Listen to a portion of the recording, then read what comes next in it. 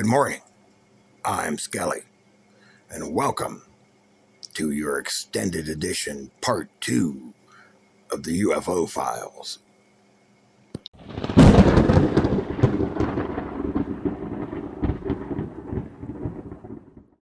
During the second release of the UFO files, not only did they release video, but also audio files. Away we go.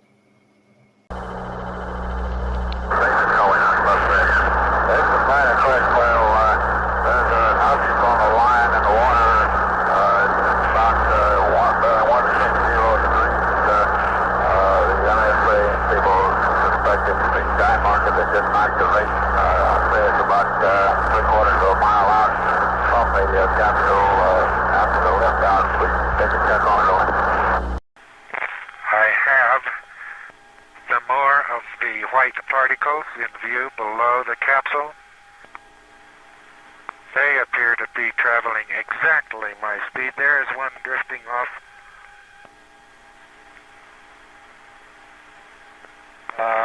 It's going faster than I am, as a matter of fact. Roger, understand. I haven't seen the great numbers of these particles, but I've seen a few of them. Their motion is random. They look exactly like snowflakes to me. Roger, have you tried return? Negative. Let me get within scanner limits first. Say again. I must adjust my attitude to within scanner limits first. Roger.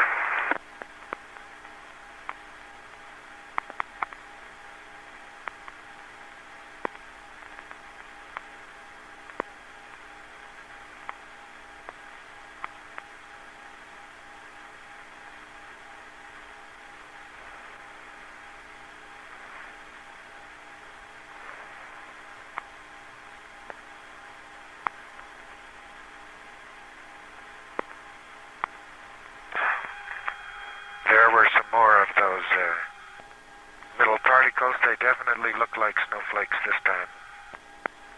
Roger, understand your particles look like definite snowflakes. However, Miss Ryan? Roger. There's some pretty stars in sight, and also have the little white objects that seem to come from the capsule itself and drift off. And if they are a yaw check, it's fantastic. I suspect that the star I see is Arcturus. Will be very interesting. It is neither. It is one of the white objects. So I have two stars that are staying quite still. The white object actually looked like it came toward me, but it wasn't. You can actually see the particle there going off, as John described it, as a lathe shaving. It's a very good description of it.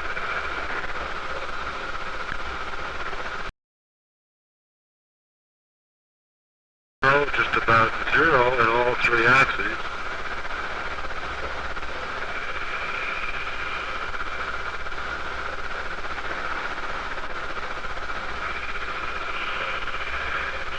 I still have light in the periscope, of course. I'm looking straight up, and yet at this point, this would mean that my attitude is, I get in the couch here, I really can't pick it too well. Yeah, I'm just about inverted at this point. And that my nose is above the horizon.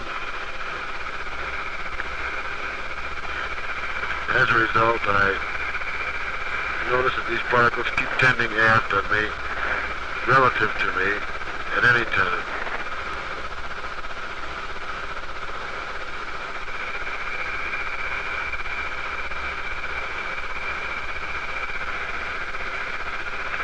periscope is blacking out rather rapidly at sunset.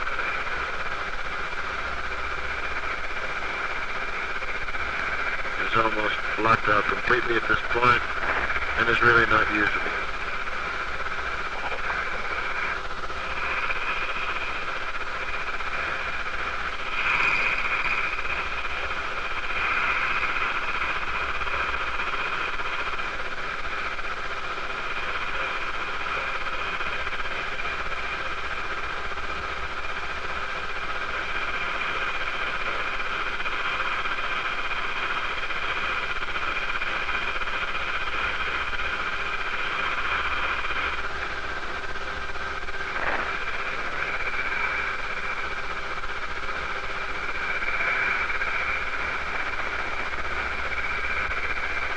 Getting a real burst of light in the window, and I really don't know what it is. At this point, I should be coming up on a sunset. 5 hours and 15 minutes. Periscope is dark. I must be just getting a last look at the horizon, yet I'm not down on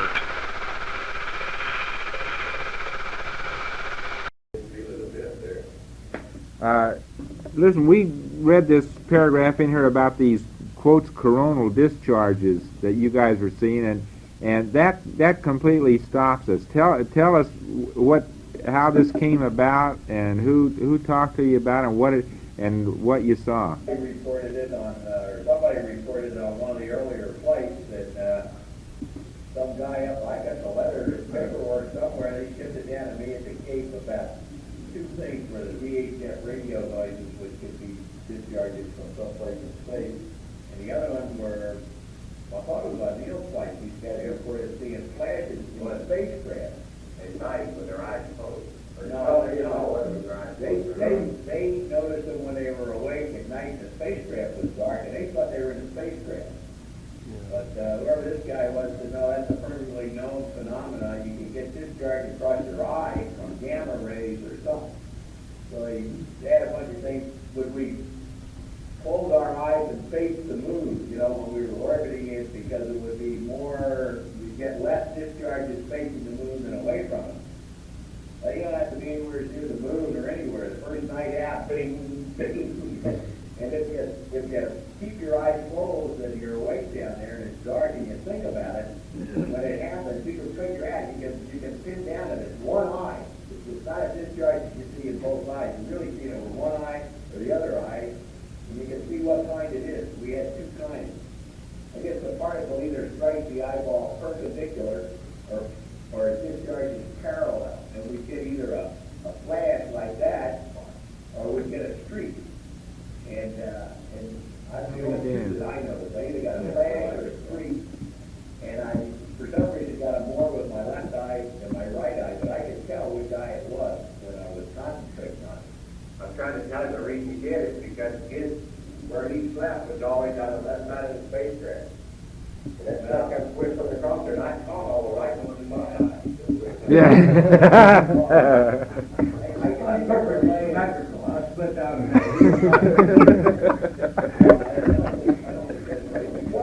They should have protected you, Dick. They should have picked them all up. I'm surprised you didn't hear about this because we were asked to specifically experiment with this type of thing.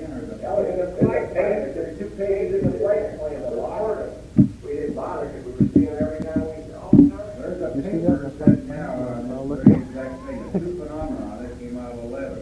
Buzz and Neil talked about this. I remember their conversation about it. Sure. They thought it was something, penetrating the spacecraft. What Pete described is the exact phenomenon that all 3 of us saw. You see a light, just a flash out there, or sometimes there'd be a streak. And I saw them in both eyes, either eye, and I can't remember if there was one that was more predominant than the other. But I agree with Pete, it's a phenomenon that you're not seeing with both eyes. It's not something external to you, it's something that's Inside. Coming across with that one eye. Apparently they know that. Yeah. It's a completely known phenomenon. Well, we've been looking for cosmic rays, cosmic ray strikes. heavy particles, heavy nuclei that go through. You know, we started at clear back in Mercury, taking photographs of the retina to see if you could see streaks across the retina and stuff. We never could find any in there, and so we stopped that up early in by the end of the. Your eye is what the fastest healer on your body, and if it's doing anything, you're never going to see it. By the time you get a guy back, the only way you're ever going to see it is if you photograph it right after a particle went by. Well, probably what it's doing anyway is probably hitting just a single cell, and yeah, that's all it'd have to do. Particularly make this flash, you know, you hit a single cell. I saw one night, looking at the MDT, a handrail up above, and one ran right along, I don't know where it went, it appeared, you know, right straight along that handrail for about that distance. And I just got to be looking at that, and you could almost see him at will. That's right, you just lie there, you close your eyes, you don't want to see one, you open one eye, and just as hard as you see it. You didn't believe it at first, we thought it was really nice. And I know that hey, I've been sitting spring-loaded from that, you know, what we heard. I had CT see them and got playing and speaking, and they said, remember the mission, you wake up at night, you say, well, I think I ought to see something. You can close your eyes on the things, you become about 1 minute. Let me ask you one more question about heart. Oh, here. Were these random distribution of these, or did they seem to be fairly horizontal?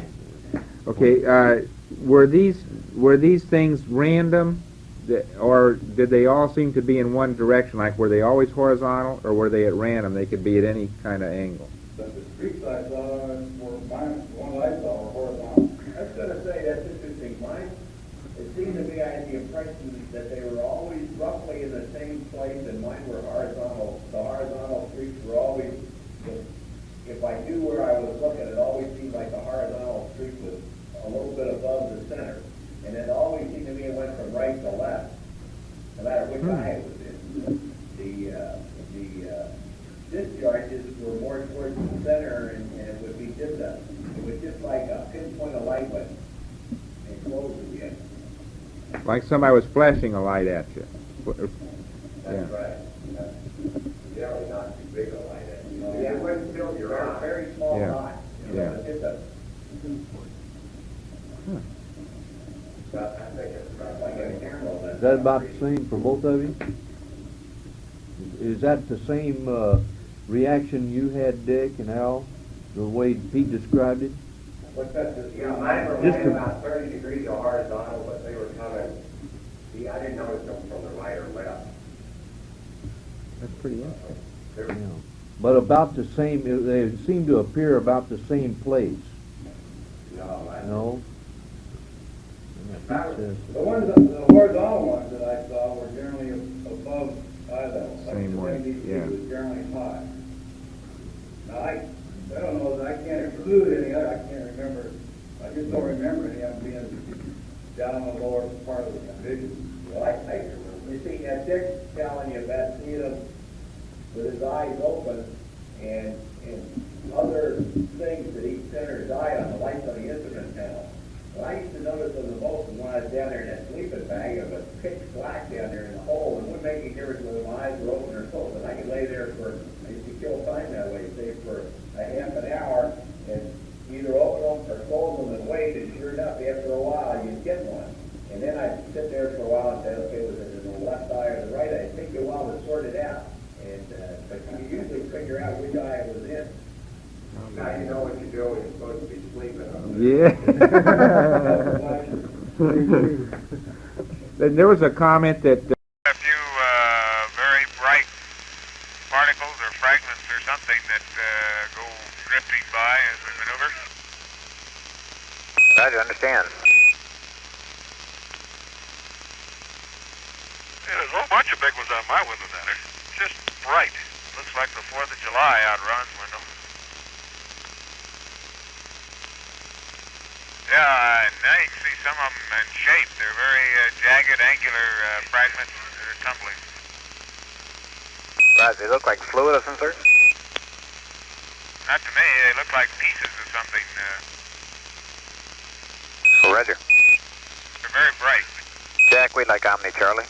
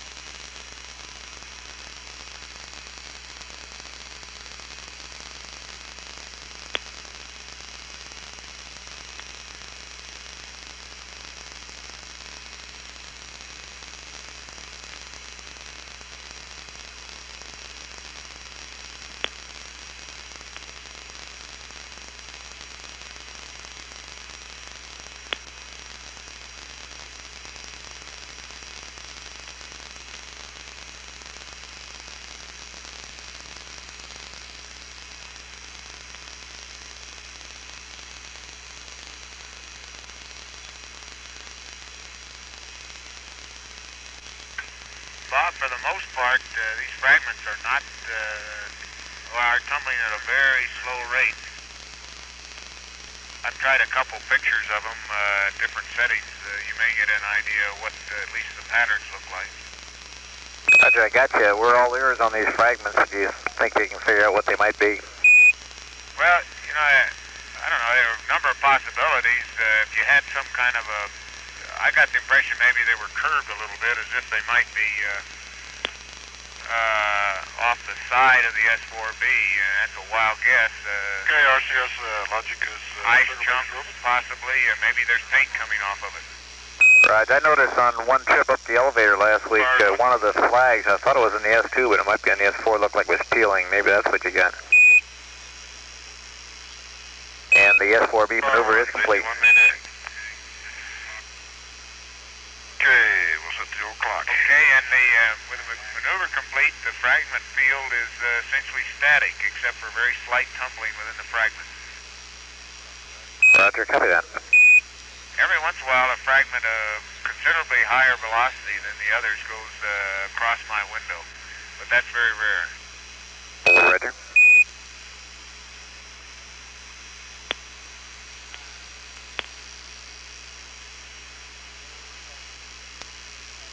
Okay, that's that field of view I saw on my deck. You see it now?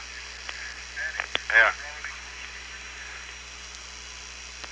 And Bob, at least there's no apparent relative motion between fragments.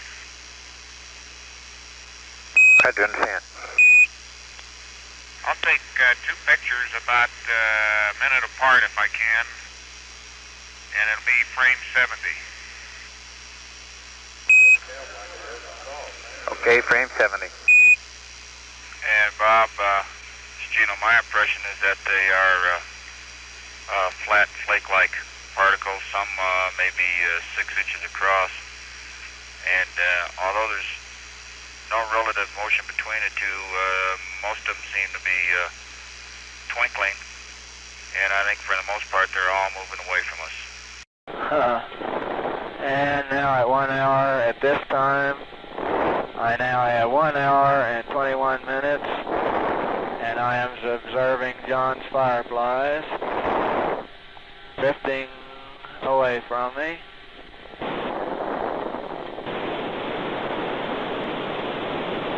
I can observe them appear to be departing from the spacecraft and drifting out to the rear.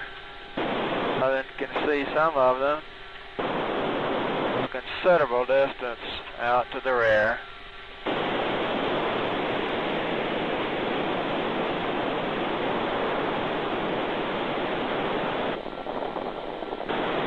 Sun is coming up behind me. I'm beginning to get the glow on the clouds.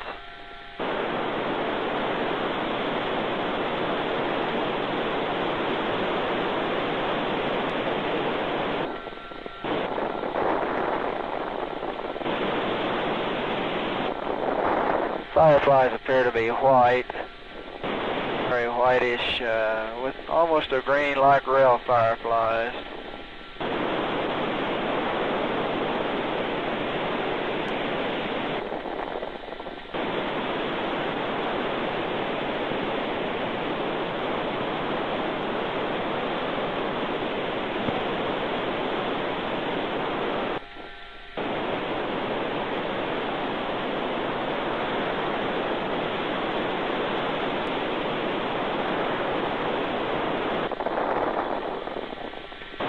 Clouds on the earth below are changing color, are getting quite light.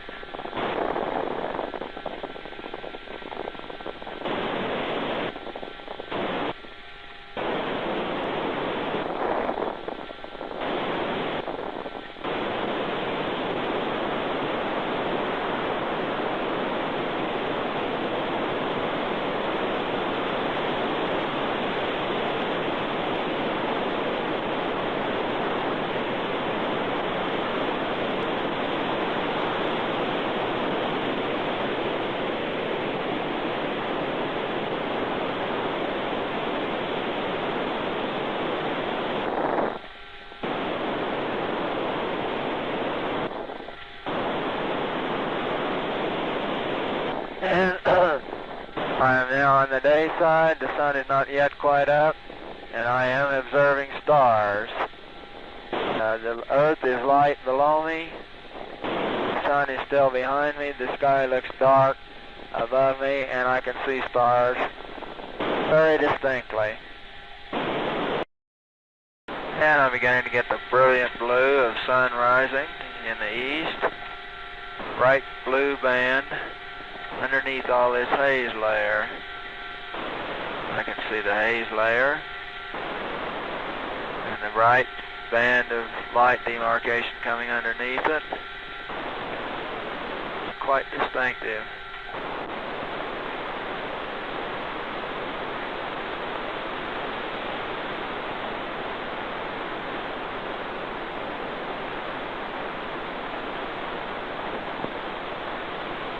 There's a faint hint to it. Is where there are clouds, apparently. Roger, Hawaii, phase 7, reading you loud and clear.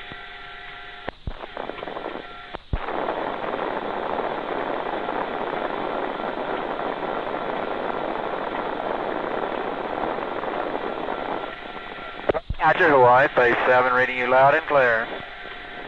Roger, understand. Roger, I'm just small end forward, 180 degree yaw, approaching sunrise, over. Roger.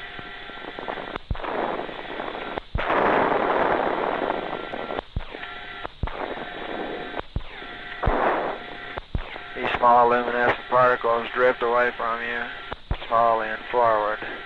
In this light they appear brilliant white without at all in them.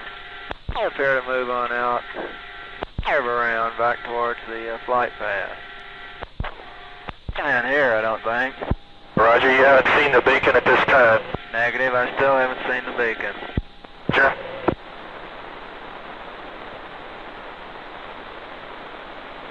There was considerable noise, though, as if something were departing. Again, 7. There was considerable noise of the little doors. Sounded like the little doors blowing open, so I assume the beacon has departed. Roger, understand.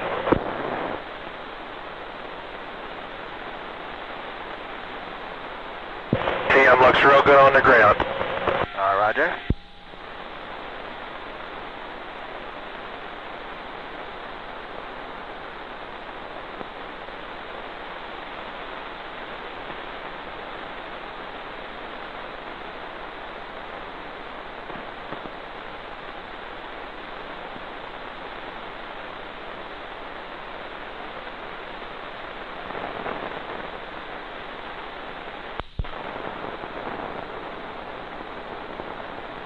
Okay, you confirm TV control switch to off.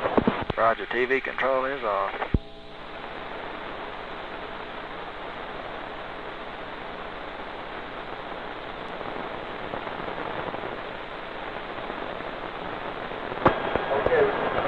We got a slight decrease in the two links on DC current. Would you give us a readout? Roger, DC current. Roger, main bus is 24. Isolated 28.5. Roger.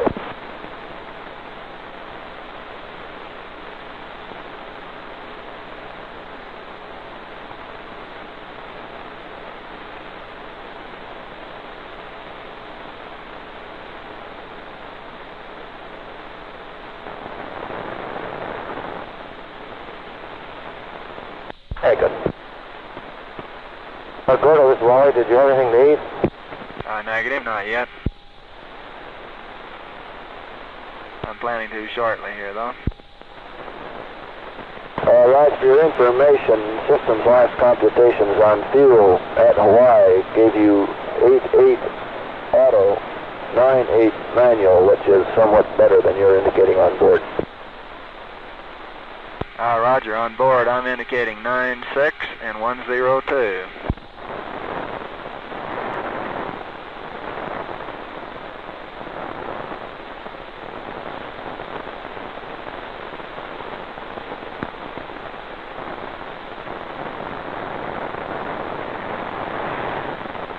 Oh boy, what a beautiful shot of Florida.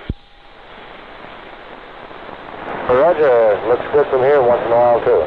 Roger, the whole strait is clear. I can see I'm just about off. There's been a beautiful view coming over Florida.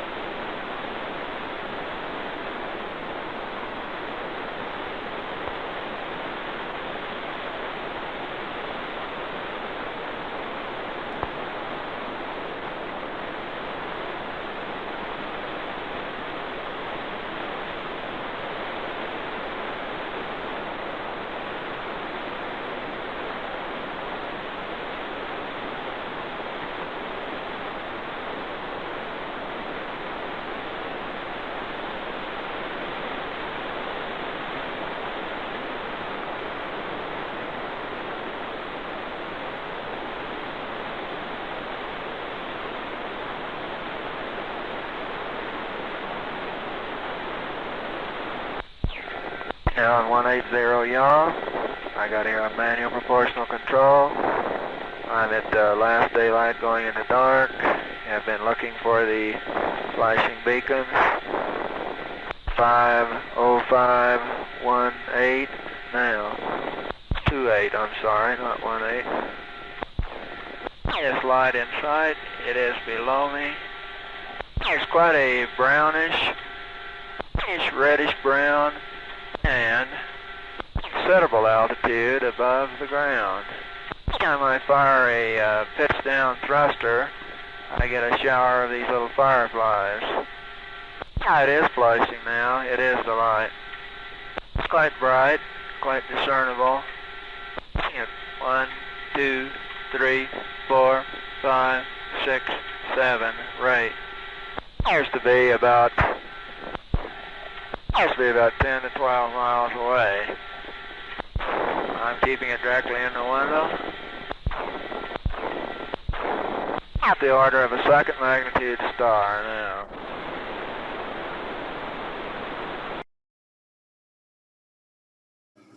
Aliens? Government conspiracies? False flag events? You decide for yourself. This has been the Skelly Report. We'll see you all the next time. Assuming we're all still here.